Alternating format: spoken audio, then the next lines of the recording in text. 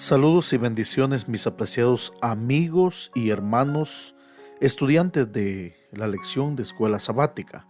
Hemos llegado al fin de esta lección, que es para el 23 de septiembre de 2023 y cuyo título es Haciendo la Paz. Hemos estudiado en esta semana la lección de escuela sabática, cuyo título Haciendo la Paz nos habla acerca de los elementos de la armadura de Dios. Antes de continuar y comenzar con nuestro versículo de memoria, permítame por favor y les invito para que nos unamos en oración. Bendito Padre que estás en los cielos, gracias te damos, Señor, por el estudio de tu palabra. Ha sido una bendición que tu Santo Espíritu, Señor, nos conduzca cada día con nuestro estudio. Hoy te pedimos tu bendición en este repaso general. Lo hacemos en el nombre de Cristo Jesús. Amén y amén. Muy bien, es un placer, como siempre, mis amigos y hermanos, haciendo la paz, la lección de esta semana. Sobre todo, tomen el escudo de la fe con que puedan apagar todos los dardos encendidos del maligno. Tomen el yelmo de la salvación y la espada del Espíritu, que es la palabra de Dios. Efesios 6:16. En esta semana, Pablo nos ha presentado, el embajador en cadenas, nuestra parte en el conflicto entre Cristo y Satanás, para hacer frente a las artimañas del diablo y luchar contra fuerzas espirituales malignas. Dios ha provisto a sus siervos de una armadura espiritual para que podamos resistir hasta el fin con firmeza. Bien pertrechados con esta armadura, nosotros, los creyentes, podemos presentar un frente unido contra Satanás, dirigidos por supuesto por nuestro capitán, que es Cristo Jesús. Cooperemos en cada batalla y esperemos la victoria final cuando los enemigos de Cristo sean puestos por estrado de sus pies, como lo dice Hebreos 10:13. En esta semana estudiamos tres grandes temas. Primero, los soldados del ejército de Dios. Segundo, el equipamiento del soldado. La verdad y la justicia, Efesios 6:14, el evangelio de la paz, Efesios 6:15, la fe, la salvación y la palabra, Efesios 6:16 al 17, y por último, el ingrediente unificador de todos estos elementos, que es la oración. Puedes tener la verdad, la justicia, la paz, el evangelio, la fe, la salvación y la palabra, pero si no dedicas tiempo a estar en oración con Dios, entonces nada de estas herramientas pueden servir. Así que introduzcámonos y hagamos un repaso general. Los soldados del ejército de Dios nos presenta la armadura de Dios, como Pablo no pretende representar a un guerrero solitario. Así que a la vez que Pablo presenta el conglomerado de las herramientas de la armadura, él lo dice toda la armadura, también nos habla acerca de la unidad del ejército de Dios, que es su iglesia, la esposa de Cristo, que está compuesta por distintos miembros que cumplen, por supuesto, una función específica dentro del cuerpo de Cristo, que es su iglesia, por distintos ladrillos que conforman el edificio, otra metáfora más comparada con la iglesia, por soldados equipados para luchar con todo codo hasta el día glorioso en que la iglesia puede unirse con su esposo en una unión eterna. Mis amigos y hermanos, la iglesia es explicada metafóricamente por el apóstol Pablo usando diferentes comparaciones. Lo compara a un edificio, lo compara a un ejército, lo compara a un templo, lo compara a la esposa o la novia de Cristo. Y unidos por el Espíritu Santo, entonces formamos un ejército grande en extremo. La victoria no se obtiene con proezas heroicas realizadas por un soldado aislado, solitario, no actuando por su propia cuenta, por supuesto que no, independientemente del resto de los soldados. Toda victoria en la vida cristiana, nuestra, personal, individual, tiene que verse como un fruto de mucha ayuda entre cooperación del resto del cuerpo de Cristo. Por lo tanto, los soldados del ejército de Dios no son soldados solos, no son personas aisladas. Y recuerde, mi apreciado amigo y hermano, usted no es una estrella dentro de la iglesia. Para que usted brille, hay otras personas que están apoyándole. Los pastores, por ejemplo, no somos nada sin la ayuda de los hermanos de la iglesia. Los ancianos de iglesia no son nada sin la ayuda de los directores de los ministerios. Por lo tanto, mis amigos y hermanos, aplicando un poquito más la lección de escuela sabática, recordemos que estamos dentro del cuerpo de Cristo. El brazo derecho no obliga al izquierdo. Todos deben de unirse y comprometerse unánimemente, juntos. Así que, aplicando un poco más, ninguno es individual o tampoco indispensable en la iglesia.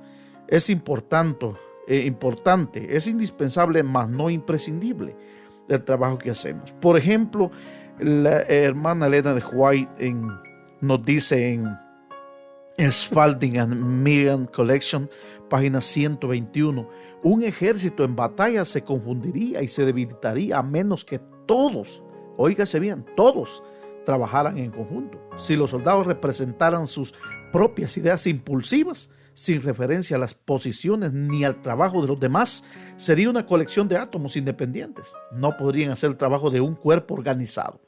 Es más que claro lo que la hermana White está diciendo aquí. Por eso los soldados de Cristo, continúa diciendo, deben actuar en armonía.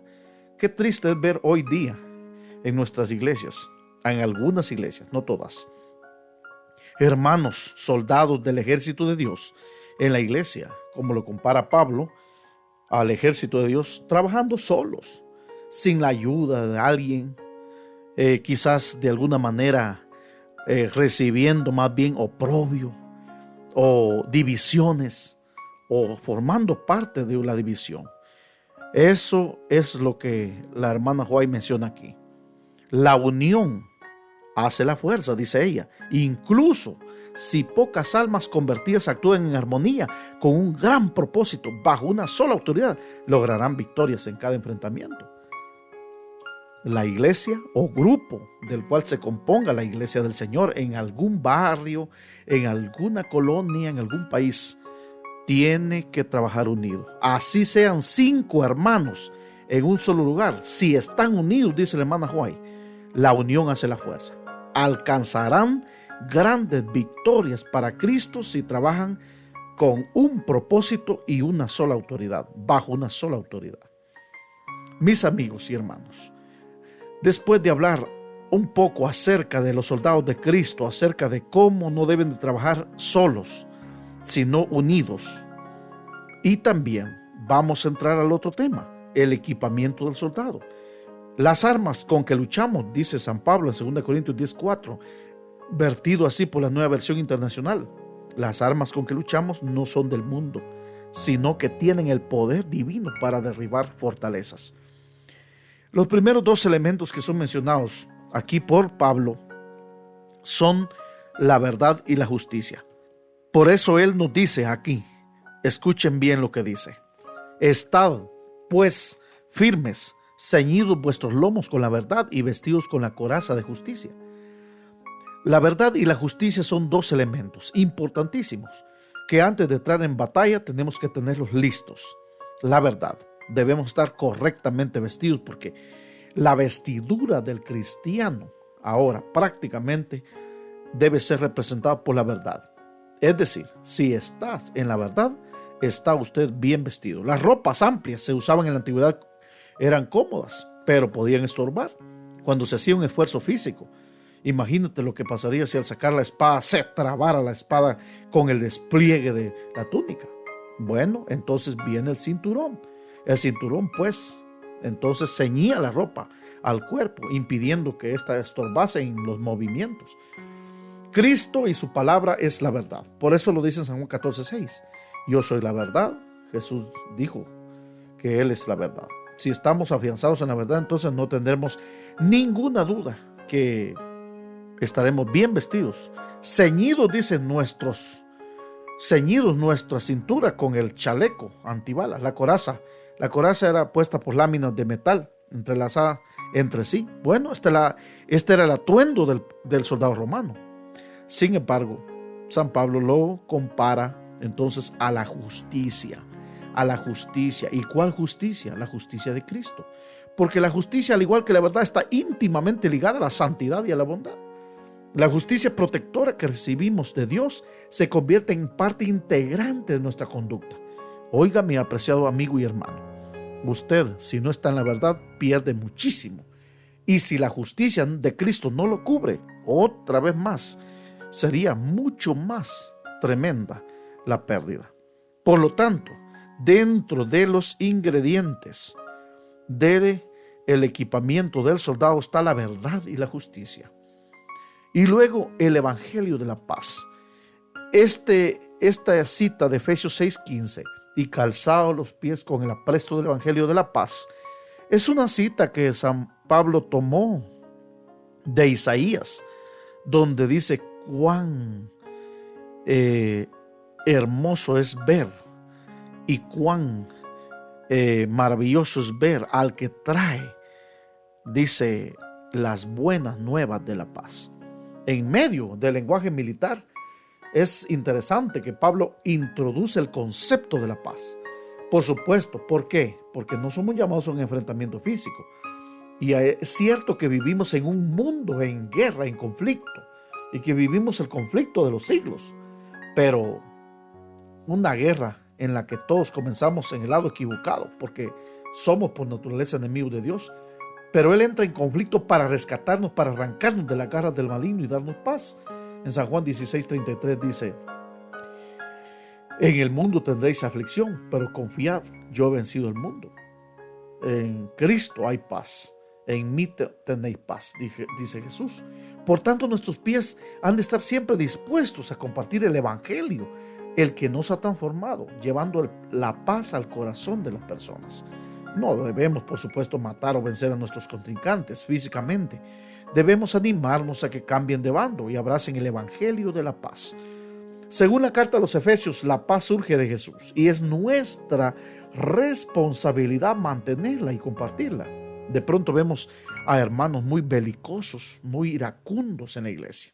Recordemos que Efesios 2:14 dice que Jesús es nuestra paz, que ha derribado las murallas que nos separaban. Efesios 2:15 dice que Jesús ha comprado esa paz con su propia sangre. Efesios 2:17 dice que Jesús ha anunciado las buenas nuevas de la paz. Efesios 4:3 dice que debemos guardar la unidad en el vínculo de la paz. Y Efesios 6:15, la quinta mención de la paz, debemos tener la disposición de proclamar el Evangelio de la paz. Mis hermanos, mantener ajustados los zapatos, calzados los pies, dice el apóstol Pablo, del Evangelio, del apresto del Evangelio de la paz. Es importante estar listos para poder caminar y llevar ese Evangelio a otros. La paz se produce cuando la practicas, cuando la compartes. Mucha paz tienen los que guardan tu ley, dice David, y no hay para ellos tropiezo. En paz me acostaré, dice David. Pues David era un hombre de paz, un hombre conforme al corazón de Dios. Luego, en la siguiente parte de nuestra lección, encontramos 3 elementos más de la armadura de Dios: la fe, la salvación y la palabra, representados por la armadura del soldado romano, que representa el escudo, el yelmo y la espada.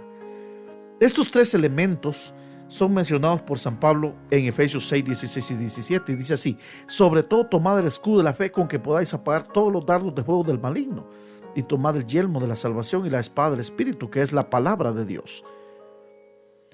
El escudo, compuesto de madera forrada, era interesante este escudo. El yelmo, que era una especie de casco, pero casco con protectores en ambos laterales del rostro y la frente, y algo colgante hacia atrás para que cuidara del cuello y las mejillas del soldado. Nuestros pensamientos, representados ahora por el yelmo, deben estar enfocados en la salvación obtenida y en la esperanza que pronto se dará a través de esa salvación, que se va a materializar en una vida eterna sin pecado. El escudo, por supuesto, que representa la fe. La fe, el escudo era un elemento importantísimo del soldado, porque este impedía que las flechas o los golpes de espada lo hiriesen. La Biblia presenta a Dios como nuestro escudo. A Abraham Dios le dijo: yo soy tu escudo. Por fe enfrentamos el conflicto, confiando completamente en su protección, porque la fe es la que va a apagar los dardos de las pruebas con las que el maligno quiere abatirnos. El escudo podía repeler o contrarrestar o apagar, como lo dice literalmente, los dardos de fuego. ¿Por qué San Pablo dice los dardos de fuego del maligno? Resulta que los dardos, las flechas que disparaban los soldados romanos llevaban fuego en la punta, para que cuando golpeara y pegara, no solamente hiriera, sino incendiara lo que encontrara. Por último, la espada del Espíritu, con una longitud de medio metro y una hoja recta y ancha de doble filo de ambos lados. La espada romana permitía al soldado tanto defenderse de los golpes como enemigos para atacar, contraatacar. Pablo habla de la palabra de Dios como más cortante, dice en Hebreos 4:12, que toda espada de dos filos. Es esta la única arma capaz de convertir al enemigo en aliado. Entonces, mis amigos y hermanos, la Biblia es la espada del Espíritu. La salvación es el yelmo, ese protector del cerebro. Allí donde se generan los pensamientos, allí debe estar la seguridad de la salvación en nuestras vidas. Nunca debes dudar de la salvación, mi hermano y mi hermana. Debes de dudar únicamente cuando no quieras aceptar a Jesús como tu Salvador personal. Y por supuesto, la fe debes ejercitarla. Por último, nuestra lección de escuela sabática nos presenta el ingrediente unificador, que es la oración, por supuesto.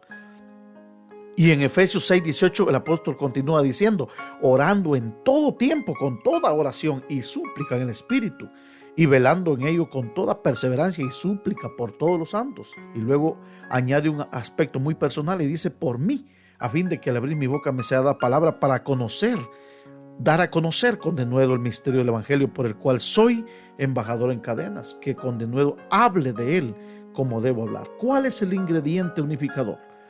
La oración, definitivamente. En 2 de Crónicas 20:18, cuando Josafat se disponía a llevar su ejército a la guerra, Josafat invitó al pueblo a postrarse en oración ante Dios. Imagínense ustedes, amigos y hermanos, a un gran ejército que lo primero que hace antes de ir a la guerra es orar. Definitivamente, antes de la batalla que se avecinaba, el pueblo de Dios, el pueblo de Israel, oró con su escudo ahí, con el yelmo, con la espada en la mano, con todo lo que ellos tenían. Pero lo primero que hacían antes de enfrentar al enemigo era orar. Cuanto más en la lucha espiritual en la que estamos inmersos, la oración tiene una función primordial. Es la que nos permite relacionarnos con nuestro general para plantearle todas nuestras perplejidades y recibir sus instrucciones. Por eso Pablo hace 3 indicaciones aquí acerca de la oración. Noten bien este bosquejo tan interesante. Número 1, dice él: ¿cómo debe ser la oración?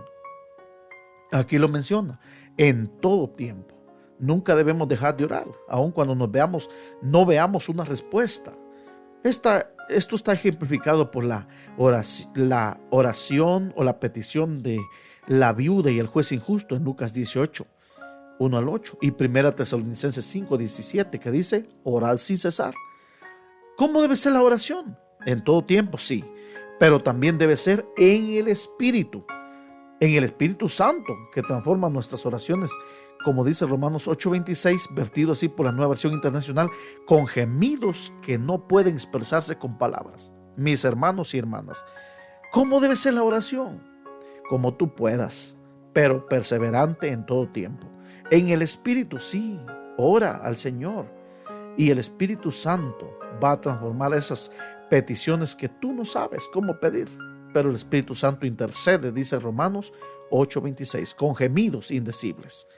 Segundo elemento de esta indicación acerca de esta oración que menciona San Pablo aquí: ¿a quién ayuda a nuestra oración. Debemos suplicar, dice, por todos los santos. No estamos solos en la lucha, debemos apoyarnos unos a otros a través de la oración intercesora. Qué interesante es pedirle, no importa quién sea, un compañero, hermano, hermana, compañero anciano, pastor con otro pastor, pastor con hermano, hermano con pastor, con diferentes hermanos y categorías de ministerios, interceder. Una manera muy especial de interceder es interceder mediante el juego de oración llamado el amigo secreto, en el cual usted ora por alguien, ese alguien ora por otro, y entonces se vuelve una cadena. Lo único que nadie sabe por quién está orando, solamente por el nombre que apareció en su papelito. Sin embargo, muy bueno interceder cada semana por una familia, por un hermano, orar por las peticiones que los hermanos tienen acerca de sanidad o también de algún viaje, algún plan o propósito en su vida. Y en tercer lugar, la tercera indicación que Pablo da de la oración es un pedido específico. Recordemos que San Pablo coloca un elemento personal y dice, oren por mí. Y por mí, dice literalmente, aquellos que son llamados a proclamar el evangelio. Los evangelistas, los pastores, necesitan especialmente de las oraciones de los creyentes para poder presentar el mensaje. Y aquí hay una palabra interesante. Dicen las versiones con denuedo, como debe ser, pero la Nueva Versión Internacional lo vierte así, con valor, sin miedo, es lo que San Pablo quiso decir. Entonces, repasando un poquito, ¿cómo debe ser la oración? En todo tiempo. ¿Cómo debe ser la oración? En el Espíritu. ¿A quién ayuda nuestra oración? Bueno, a todos los santos. Y en tercer lugar, pedidos específicos. Oren por mí, dice San Pablo. Mis hermanos y hermanas, como siempre, haciendo la paz es una lección sumamente importante que debemos repasar cada vez. Y quiero terminar con la cita de la hermana Elena de White del libro La maravillosa gracia de Dios del 23 de enero.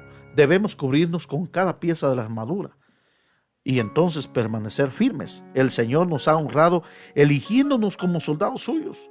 Qué privilegio ser soldado del Señor. Combatamos valientemente por Él, poniéndonos de parte de lo recto en toda circunstancia. Y dice, Él protegerá nuestra vida espiritual. Él nos va a ayudar. Por lo tanto, mis hermanos y hermanas, todos los que se hayan revestido, dice ella, sigue diciendo, del manto de la justicia de Cristo, subsistirán delante de Él como escogidos, fieles y veraces. Satanás no puede arrancarlos de la mano de Cristo. Qué maravillosa promesa. Este no dejará que una sola alma que con arrepentimiento y fe haya pedido su protección caiga bajo el poder del enemigo. La oración que Dios está dispuesto a responder inmediatamente es aquella en la que usted y yo le pedimos perdón a Dios. Hacemos confesión. Ese momento son nuestros pecados borrados. Y la segunda es aquella en la que le pedimos protección para no caer en poder del enemigo. Mis apreciados amigos y hermanos, gracias por el privilegio de poder compartir con ustedes la lección, el resumen de esta semana.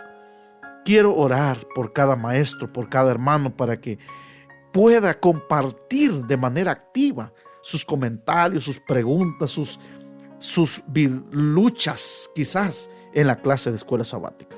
Por favor, acompáñenme en una oración especial por cada uno de ustedes y de su servidor. Bendito Padre que estás en los cielos. Gracias por tan emocionante lección de escuela sabática, haciendo la paz. Gracias, Señor, porque tú nos has sido refugio, dice David, de generación en generación. Gracias porque tus hijos pueden correr a ti y tú no les quedarás mal. Bendice a cada oyente, Señor, a cada cristiano, oyente, seguidor de este comentario, que está en una lucha tremenda, en el conflicto grande del bien y del mal. Señor, que esta semana hayamos sido reconvenidos y amonestados a usar toda la armadura de Dios, Ayúdanos, Señor, a tener la coraza de justicia, el yelmo de la salvación, la espada del Espíritu, el apresto, el alistado de los zapatos para poder predicar tu palabra. Ayúdanos, Señor, a tener toda la armadura, como lo dice San Pablo. Por favor, te ruego, Señor, para que bendigas a cada maestro de escuela sabática. Dale, Señor, tu Santo Espíritu para que pueda estar listo y compartir estas verdades tan prácticas de tu palabra. Por favor, sé con cada uno de nosotros y bendícenos y regálanos un lindo sábado. Lo agradecemos en el nombre de Cristo Jesús. Amén y amén.